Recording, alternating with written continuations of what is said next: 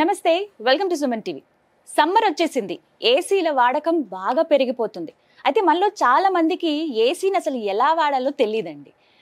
ఇది మాత్రం నిజం. ఎందుకు అనంటే మెయింటెనెన్స్ సరిగ్గా రాకో ఏసీ పాడైపోతూ ఉంటుంది, సరిగ్గా రూమ్ కూల్ అవ్వలేదని ఇలా ఎప్పటికప్పుడు టెక్నీషియన్లు పిలుస్తుంటాం. మళ్ళీ ఏదో ఒక ప్రాబ్లం అంటే కొద్దిగైనా మనకు ఆ ఏసీ పట్ల అవగాహన ఉండాల్సిందే. ఇంకొకటి ఏంటంటే ఏసీ వాడితే కరెంటు బిల్లు బాగా వచ్చేస్తుంది అని అంటారు, కానీ కొంతమంది ఏమో పవర్ని సేవ్ చేసుకోవచ్చు అంటారు. అసలు ఇవన్నీ ఎలా సాధ్యం?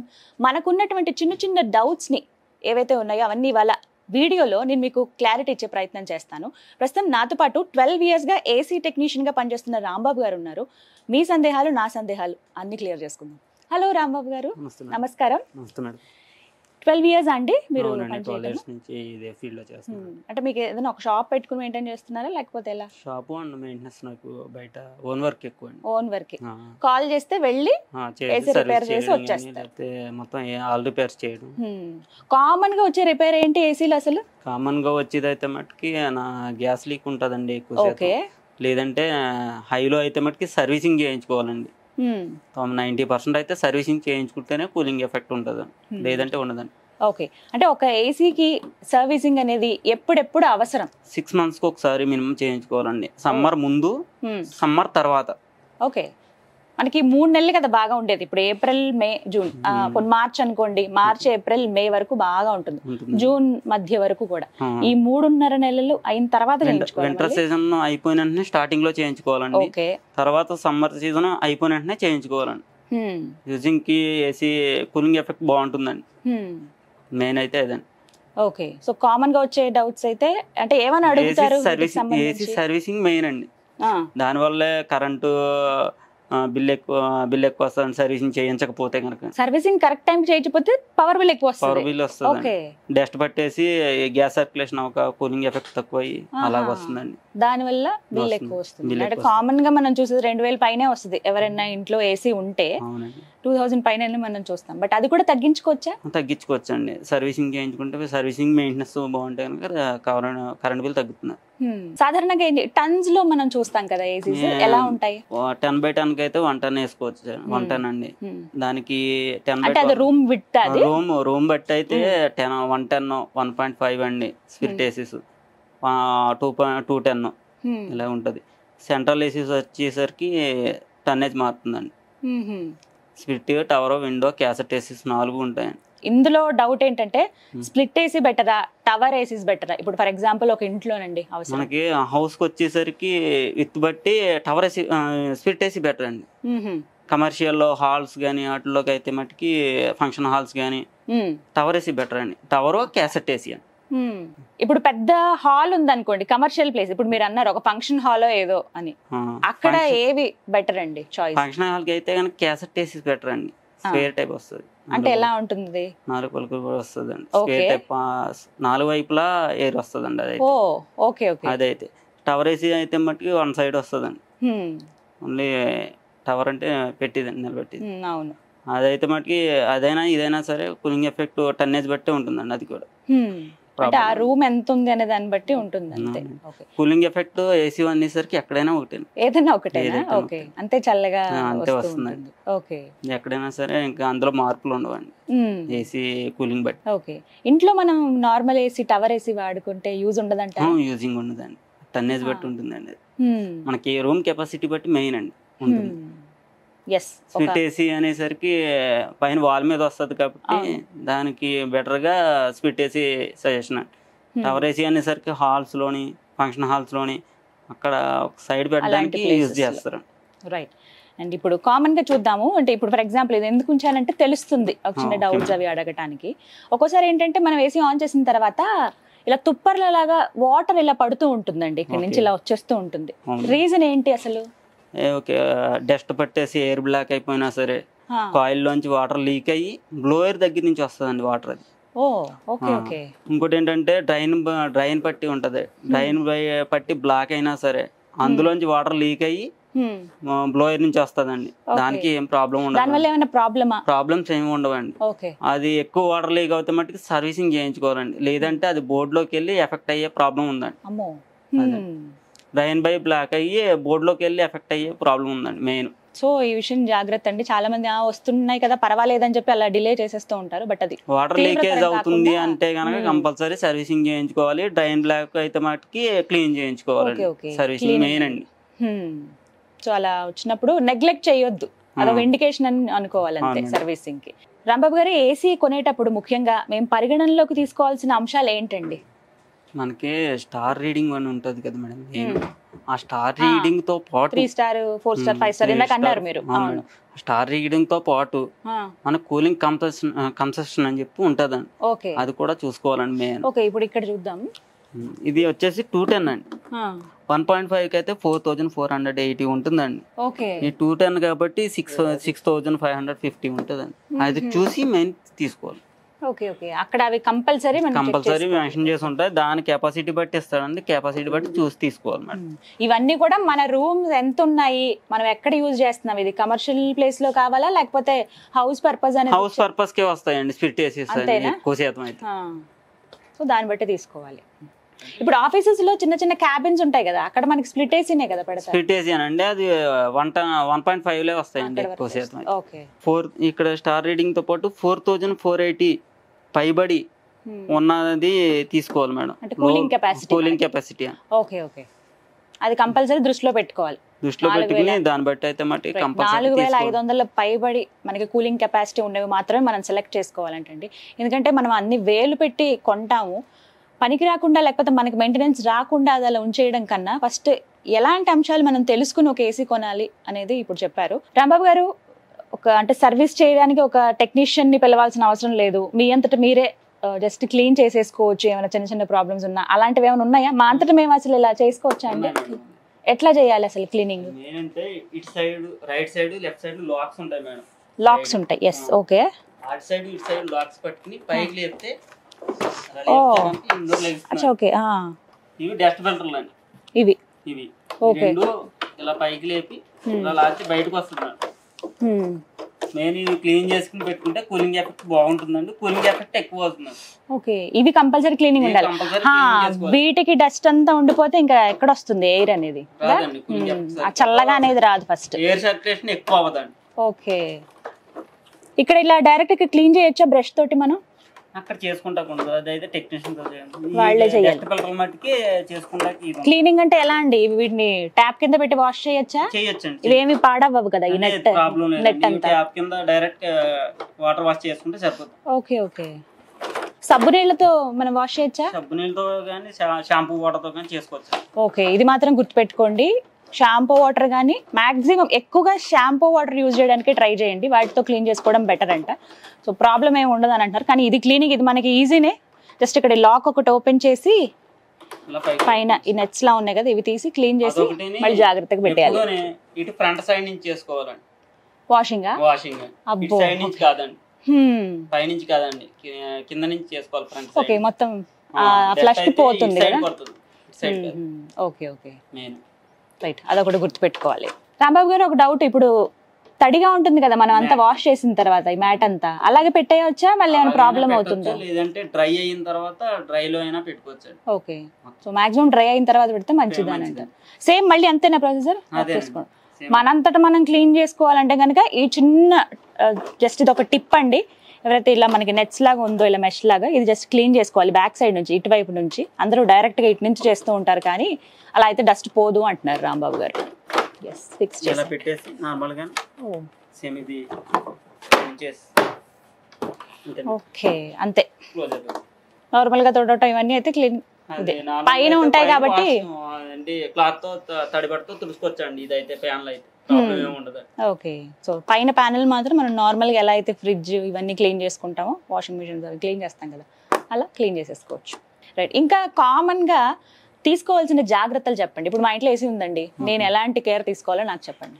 ఓకే, ఇప్పుడు మెయిన్ ఏసీ ఉంది అంటే కనుక 90% అయితే సర్వీసింగ్ మెయిన్ అండి.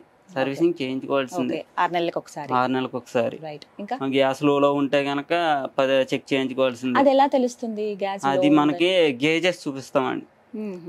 R22, 32, 410 అని చెప్పి గ్యాస్ 3 టైప్స్ ఉంటాయండి. అందులో కూడా గ్యాస్ వేరియేషన్ బట్టి దాన్ని ప్రెజర్ రీడింగ్ కూడా మారుతూ ఉంటుంది. అది లోలో ఉన్నప్పుడే మీకు ఏసీ చల్లదనం తగ్గుతుంది కానీ లేదంటే కనుక కూలింగ్ రాకపోవడం కానీ జరుగుతుంది. ఓకే. ఇంకోటి ఏంటంటే నాన్ ఇన్వర్టర్లో అయితే మట్టుకి కంప్రెసర్ ఇష్యూ ఎక్కువ వస్తూ ఉంటాయండి. ఒకటి కెపాసిటర్ ప్రాబ్లమ్ అండి, 2 గ్యాస్ ప్రాబ్లం అండి, 3వదేమో ఇండోర్లోకి వచ్చేసరికి పీసీబీ బోర్డు ప్రాబ్లం వస్తుంది, 4వదేమో పీసీబీ బోర్డు అంటే పవర్ కన్స్ట్రక్షన్ ఏమన్నా ప్రాబ్లం ఉన్నప్పుడు వస్తూ ఉంటుంది.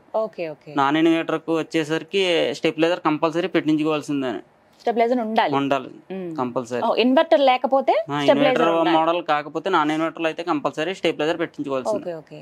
రాంబాబు గారు, నార్మల్ గా ఇంట్లో మేము అరేంజ్ చేసుకోవాలనుకుంటున్నాం ఏసీ అంటే గనక ఎన్ని టన్స్ ప్రిఫర్ చేయాలి? 1.5 అండి. రూమ్ కెపాసిటీ బట్టి 1.5 అరేంజ్ చేసుకుంటే బెటర్ అండి. ఇప్పుడు ఒక ఆఫీస్ అనుకోండి, ఎంతమంది వర్క్ చేస్తూ ఉంటారు, వర్క్ స్టేషన్ ఉంటుంది ఇక్కడ నుంచి ఆ చివరి దాకా, ఎక్కువ మంది ఉంటారు, అలాంటి క్యాసెట్ ఏసీ అండి. క్యాసెట్ ఏసీ ప్రిఫర్ చేసుకుంటే మంచిది. పవర్ కన్సంప్షన్ ఎలా ఉంటుంది నార్మల్ స్ప్లిట్ ఏసీకి, టవర్ ఏసీకి, క్యాసెట్ ఏసీకి? సెంట్రలైజ్డ్ ఉంటాయి కదా, స్టార్ రేటింగ్ బట్టి పవర్ కన్సంప్షన్ కూడా మారుతుంది. 3 స్టార్ అయితే కనుక కొంచెం లోలో వస్తుంది. ఏసీ 18లో పెడితే కంటిన్యూగా రన్ అవుతుంది అండి. ఏసీ అయితే 18లో కాకుండా 24, 26లో పెట్టుకుంటే ఒక రూమ్ టెంపరేచర్ బట్టి కూలింగ్ అయిన తర్వాత కట్ ఆఫ్ అవుతుంది అండి. అవుట్డోర్ కట్ ఆఫ్ అవ్వడం వల్ల కూలింగ్ ఎఫెక్ట్ కూడా మారుతూ ఉంటుంది. కూలింగ్ లోలో పడిన వెంటనే మీకు మళ్ళీ అవుట్డోర్ ఆన్ అవుతుందండి. ఆన్ అయ్యి కూలింగ్ ఎఫెక్ట్ వస్తుంది. ఇప్పుడు చాలా వరకు అలా ఇన్బిల్ట్ వచ్చేస్తున్నాయి కదా, మనమేమి సెపరేట్. నాన్ ఇన్వర్టర్ లో కూడా 24, 26లో పెట్టుకుంటే కట్ ఆఫ్ కంపల్సరీ అవుతుంది. సో కంపల్సరీ మెయింటైన్ చేయాల్సిన టెంపరేచర్ 18 అంటే మీకు రూమ్ మొత్తం కూల్ అవుతానే ఉంటది, కట్ ఆఫ్ అయితే అవ్వదండి. అవుట్డోర్ 24లో పెట్టుకుంటే మనకు రూమ్ టెంపరేచర్ ఎంత ఉందో అంత కూలింగ్ అయ్యి కట్ ఆఫ్ అవుతుంది. సో 24 డిగ్రీస్ అనేది ఉండాలంటున్నారు మీరు, అంతేనా ఆ టెంపరేచర్? సో 24లో మనం ఏసీ కనుక మెయింటైన్ చేస్తే పవర్ బిల్ తక్కువ వస్తుందని చెప్తున్నారు రాంబాబు గారు. రైట్. ఇంకొకటి అదొకటి బయట వెదర్ కండిషన్ బట్టి కూడా మారుతూ ఉంటుందండి. కొన్నిసార్లు ఏం చేస్తూ ఉంటాం అంటే ఆన్ చేస్తాము, సరే బాగా చల్లగా అయిపోయిందని చెప్పి ఆఫ్ చేసి మళ్ళీ ఒక పావు గంట తర్వాత మళ్ళీ ఆన్ చేస్తాం. ఇలా కామన్ గా మనం చూసేదే, చల్లగా అయింది కదా కాసేపు అయ్యాక మళ్ళీ వేడి అనిపిస్తుంది అని చెప్పి అలా ఆన్ ఆఫ్ చేస్తూ ఉంటారు. అలా చేయడం కరెక్టేనా అసలు? కాదండి. అలా ఆన్ ఆఫ్ చేయడం వల్ల పీసీబీ బోర్డుకి ఎఫెక్ట్ అండి. పీసీబీ బోర్డు అండ్ కంప్రెసర్కి ఎఫెక్ట్ అండి. అలా ఆన్ చేయకూడదండి. 24లో పెట్టుకుని ఏసీ నడిపిస్తే ప్రాబ్లం ఏమి ఉండదండి. అవుట్డోర్ కట్ ఆఫ్ అవుతూ ఉంటుంది, కూలింగ్ ఎఫెక్ట్ కూడా మీకు రూమ్ టెంపరేచర్ బట్టి సరిపోతుంది.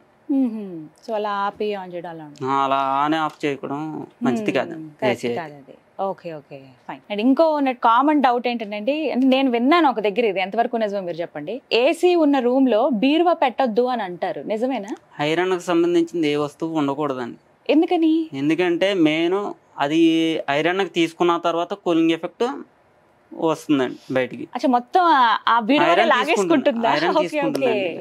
ఐరన్ వస్తువులు అందుకే ఉంచరండి ఏసీ ఉన్నా కూడా.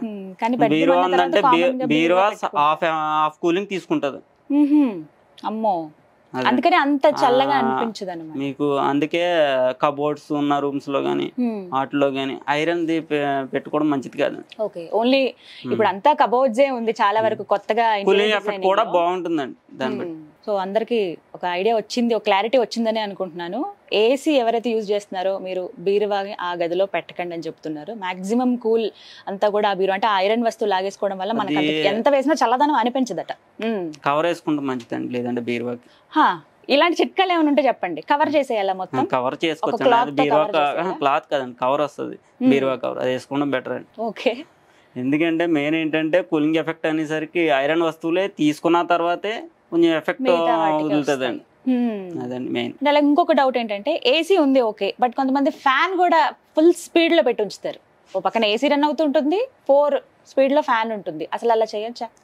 చేయడం మంచిది కదండి. ఫుల్ స్పీడ్ లో పెట్టుకోకూడదు, 1లో పెట్టుకుని ఏసీ రన్ చేస్తే కూలింగ్ ఎఫెక్ట్ కూడా సరిపోతుందండి, బాగుంటుందండి ఏసీ. అంటే ప్రాబ్లం ఏంటో చెప్పండి అలా చేయటం వల్ల. ఆ ప్రాబ్లం ఏంటంటే కూలింగ్ ఎఫెక్ట్ సరిపోదండి. అంటే ఫుల్ లో పెట్టడం వల్ల హీటింగ్ ఎయిర్ వస్తుందండి లైట్ గా. 1లో పెట్టుకోవడం వల్ల అన్నిటికీ స్ప్రెడ్ అవుతుందండి కూలింగ్ ఎఫెక్ట్.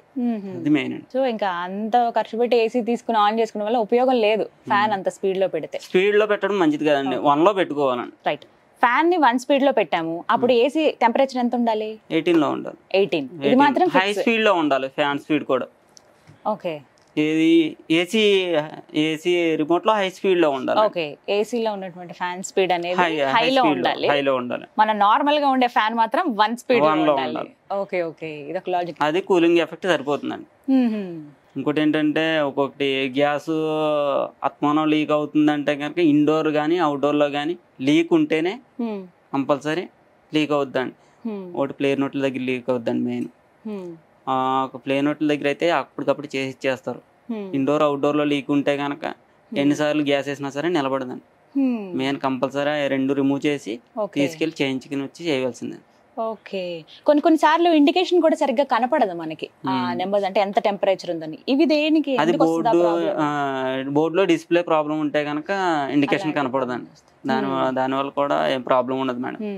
మనకు తెలుస్తుంది, రిమోట్ లో తెలుస్తుంది కానీ ఇండికేషన్ లో కనపడదు. అదే బోర్డు లో లైట్ బ్లింక్ అవుతే బ్లింక్ అయితే ప్రాబ్లం వస్తుంది. ఓకే, కొన్ని కమర్షియల్ ప్లేసెస్ లో ఏంటంటే డైరెక్ట్ కనెక్షన్ స్విచ్ లాగా ఇచ్చేస్తారు, ఇంకా రిమోట్ అవేమి ఉండవు, వాటికి డైరెక్ట్ కలిపేస్తారు మేడం.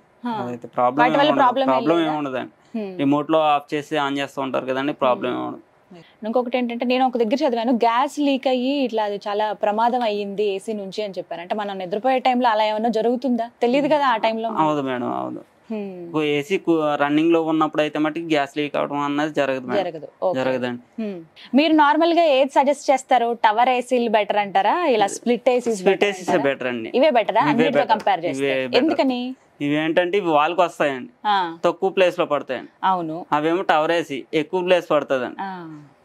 ఏంటి మనకి టన్నేజ్ బట్టి మార్చుకుంటా ఉంటామండి. స్ప్లిట్ ఏసీస్ అయితే టవర్ ఏసీ అయితే మార్చుకుంటా ఉండదండి. అందుకు స్ప్లిట్ ఏసీసే ఎక్కువ ప్రిఫర్ చేస్తూ ఉంటాం. ఎక్కువ యూజ్ చేస్తారు. అంటే టవర్ ఏసీస్ అయితే ఎక్కడికంటే అక్కడికి కంఫర్టబుల్ గా తీసుకెళ్ళొచ్చు కదా, ఏ రూమ్ కంటే? లేదు మేడం, లేదు, తీసుకెళ్తా ఉండదా. సేమ్ స్ప్లిట్ ఏసీ ఎలా ఉందో టవర్ ఏసీ కూడా పైపింగ్ అలాగే వస్తుందండి. ఓకే, అలా ఫిక్స్ చేసి ఉంచేయాలి.